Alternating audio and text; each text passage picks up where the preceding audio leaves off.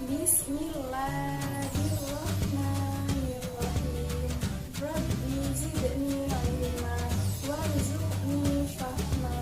Amin. Kompetensi dasar mengidentifikasi interaksi sosial dalam ruang dan pengaruhnya terhadap kehidupan sosial, ekonomi, dan budaya dalam nilai norma serta kelembagaan sosial budaya. Menyajikan hasil analisis tentang interaksi sosial dalam ruang dan pengaruhnya terhadap kehidupan sosial, ekonomi, dan budaya dalam nilai norma serta kelembagaan sosial. Tujuan pembelajaran kita pada kali ini adalah yang pertama, siswa mampu menguraikan fungsi lembaga sosial. Yang kedua, siswa mampu menjelaskan jenis-jenis lembaga sosial. Nah, baik anak-anak, sebelum Ibu melanjutkan pada materi selanjutnya, Ibu akan menjelaskan terlebih dahulu tentang materi yang sudah kita pelajari pada minggu kemarin. Minggu kemarin, kita sudah membahas tentang pengertian lembaga sosial. Lembaga sosial adalah keseluruhan dari sistem norma yang terbentuk berdasarkan tujuan dan fungsi tertentu dalam masyarakat. Dapat juga dikatakan bahwa lembaga sosial itu merupakan himpunan norma-norma yang berhubungan dengan kebutuhan pokok masyarakat. Baik anak-anak, mari kita mulai pembelajaran kita hari ini. Hari ini kita akan membahas tentang fungsi dan jenis lembaga sosial. Di masyarakat, lembaga sosial memiliki fungsi sebagai berikut. Yang pertama, memberikan pedoman pada anggota masyarakat. Yang kedua, menjaga keutuhan masyarakat yang bersangkutan. Dan yang ketiga, memberikan pedoman kepada masyarakat untuk mengadakan pengendalian sosial atau kontrol sosial. Lembaga-lembaga sosial yang ada di masyarakat terbagi menjadi 5. Yang pertama, lembaga keluarga. 2. Lembaga agama. 3. Lembaga ekonomi. 4. Lembaga pendidikan. Dan yang kelima, lembaga politik. Mari anak-anak kita bahas satu persatu. Yang pertama, lembaga keluarga. Keluarga merupakan unit sosial terkecil dalam masyarakat. Keluarga terdiri dari ayah, ibu, dan anaknya. Lembaga keluarga memiliki fungsi. Yang pertama yakni fungsi reproduksi. Artinya dari setiap pernikahan diharapkan akan memberikan suatu keturunan. Yang kedua, fungsi proteksi atau perlindungan. Keluarga memberikan perlindungan kepada anggotanya, baik perlindungan fisik maupun perlindungan yang bersifat kejiwaan, sehingga di dalam keluarga terdapat rasa aman. Yang selanjutnya, fungsi ekonomi. Dalam sebuah keluarga, ayah merupakan kepala keluarga yang mempunyai kewajiban memenuhi kebutuhan ekonomi anak-anaknya. Yang keempat, fungsi sosialisasi.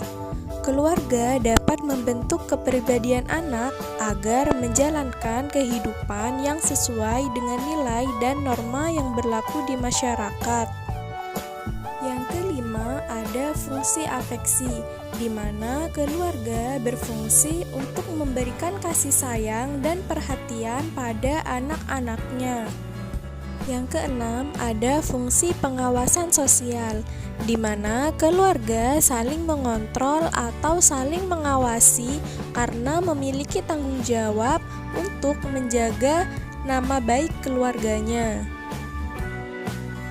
Yang terakhir ada fungsi pemberian status, di mana melalui lembaga perkawinan seseorang akan mendapatkan status atau kedudukan yang baru di dalam masyarakatnya. Otomatis ia akan diperlakukan sebagai orang dewasa yang mampu bertanggung jawab kepada diri sendiri, keluarga, anak-anak, dan masyarakat. Yang kedua yakni lembaga agama. Lembaga agama adalah suatu sistem yang mengatur tingkah laku manusia yang berkaitan dengan kehidupan keagamaan.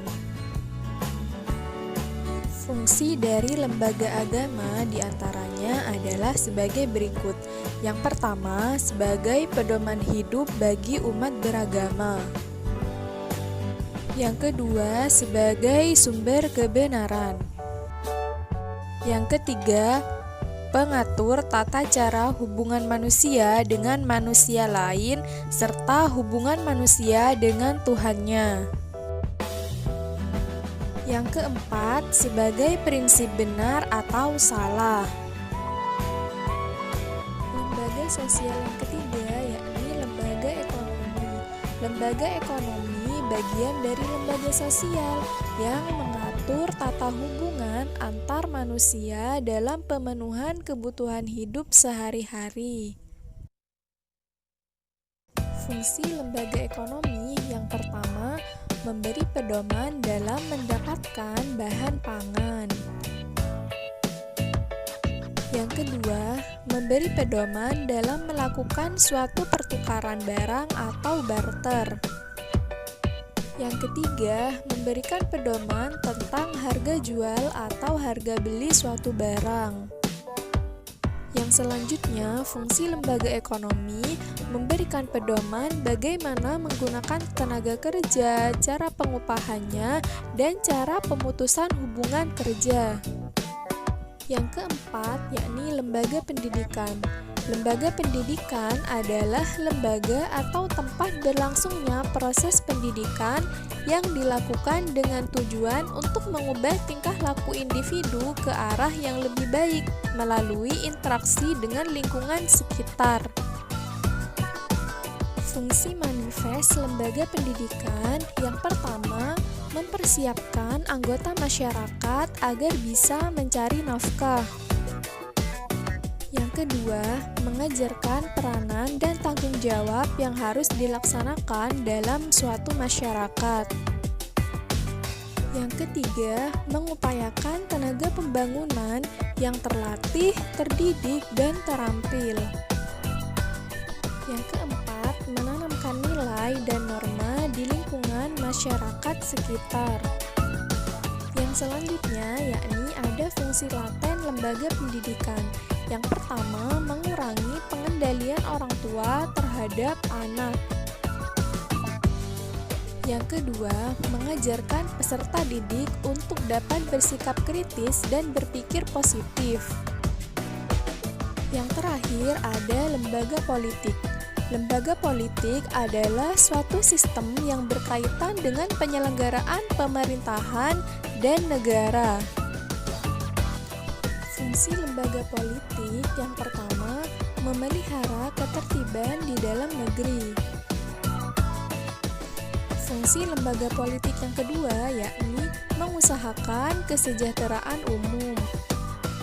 Contohnya, pengadaan dan distribusi pangan, sandang, papan, pendidikan, dan kesehatan. Nah, baik anak-anak, setelah tadi kita mempelajari tentang fungsi lembaga sosial dan jenis-jenisnya, Ibu akan memberikan kesimpulan tentang materi yang sudah kita pelajari hari ini. Bahwasanya lembaga sosial itu adalah lembaga yang mengatur rangkaian tata cara dalam memenuhi kebutuhan hidup manusia. Dalam menjalani kebutuhan hidup tersebut dengan tujuan untuk mendapatkan ketentraman hidup.